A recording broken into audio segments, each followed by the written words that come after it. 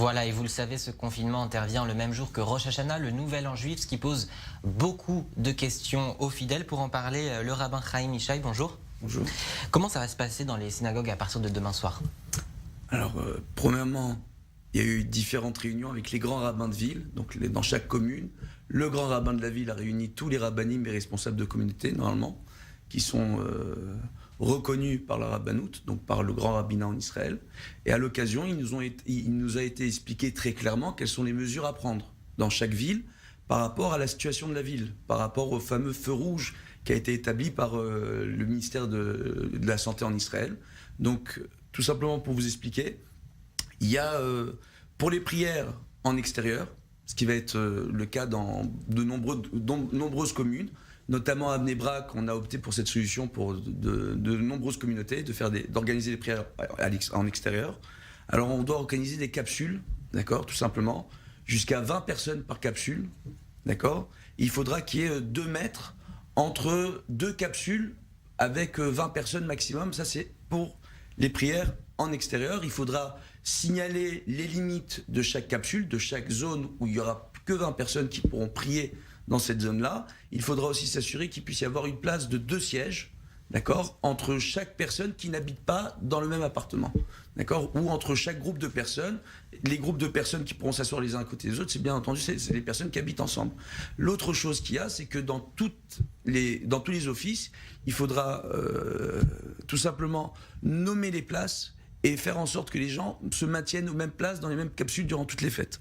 Maintenant, pour les prières en intérieur, d'accord, donc dans les zones dites rouges, alors il y a des capsules par entrée dans les synagogues. Par entrée de synagogue par rapport au nombre d'entrées, il y aura différentes capsules. C'est-à-dire une synagogue déjà qui a une première entrée, ils pourront avoir jusqu'à 3 capsules. Mais comme c'est des zones rouges où le taux de contamination est beaucoup plus important qu'ailleurs, d'accord, tout simplement les capsules seront limitées à 10 personnes. Donc 3 capsules par entrée, c'est 30 personnes par entrée en réalité. Donc ces 3 capsules, c'est des groupes de 10 personnes qui doivent être séparés. Chaque groupe doit avoir une distance de 2 mètres. Et dans le groupe lui-même, chaque personne doit avoir 2 sièges entre lui et l'autre corrigionnaire qui va s'asseoir à côté de lui. C'est une organisation un peu compliquée. Est-ce que vous pensez que c'est tenable? C'est tenable. C'est ce qui a été mis déjà en place. C'est-à-dire, ce qu'il faut savoir, ça fait déjà un moment, par exemple à la ville de Netanya, où je supervise pas mal de communautés de synagogues, justement.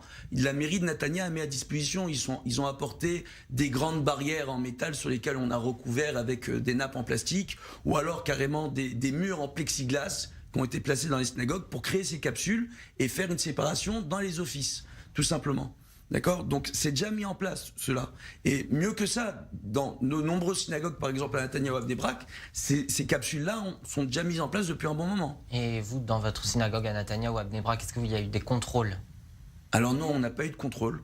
Par contre, tout simplement, les capsules, on s'y tient. L'autre point qui est extrêmement important, c'est que justement, au-delà du fait, il faut garantir qu'il y ait une distance de 4 mètres en fait pour chaque personne qui va prier et qui, en réalité, ou un groupe de personnes qui habitent dans le même endroit et un autre groupe de personnes qui habitent au même endroit, mais il doit y avoir une séparation entre eux. Maintenant, l'autre point qu'il y a, c'est qu'on doit faire attention à ce que toutes les personnes qui ont un passé médical lourd et qui sont sujettes à problème et qui sont considérées comme personnes à risque ne viennent pas à la synagogue cette année. Et on doit justement, pour ces personnes-là, s'assurer qu'on aille chez eux, sonner le chauffard, etc. Ça, c'est un peu plus compliqué, en fait, parce qu'on a beaucoup de personnes qui sont aujourd'hui, qui doivent être isolées, qui sont en bidoude, d'accord, en confinement, et qui vont devoir rester chez elles, et d'autres personnes sont des personnes à risque, et on doit devoir aller chez elles pour sonner le chauffard. Comment Voilà. les fidèles parlent du coronavirus? Est-ce qu'il y a de l'inquiétude? Alors, il y a beaucoup de gens qui ont peur de venir à la synagogue. Il y a beaucoup de gens qui sont inquiets. Il y a beaucoup de gens qui sont déçus. Les 2 grands rabbins d'Israël, donc le Rav Yitzhak Yosef et le Rav David Loh, ont demandé expressément à tous les rabbinim, parce qu'il y a la fameuse vente aux enchères durant les fêtes de Rosh Hashanah et Kippour, justement d'écourter ces ventes aux enchères, voire de ne pas les faire. Et pour les synagogues qui veulent procéder à la vente des mitzvot, des bonnes actions, le faire avant la tenue des offices, avant même Rosh Hashanah, auprès des fidèles. Tout simplement, moi, dans les offices que je gère, tout simplement à Bnei Brak notamment, on n'a pas pour coutume de vendre les mitzvot à Rosh Hashanah et Kippour, on a plutôt pour coutume de faire monter, de donner ces mitzvot-là aux corrigionnaires qu'on n'a pas pour coutume de voir les autres jours de l'année. Merci beaucoup, Chaim Yishai, d'avoir répondu à nos questions, d'avoir répondu à notre invitation aujourd'hui. On vous souhaite de bonnes fêtes. À vous aussi, Shana Tova, tout le monde. Merci beaucoup.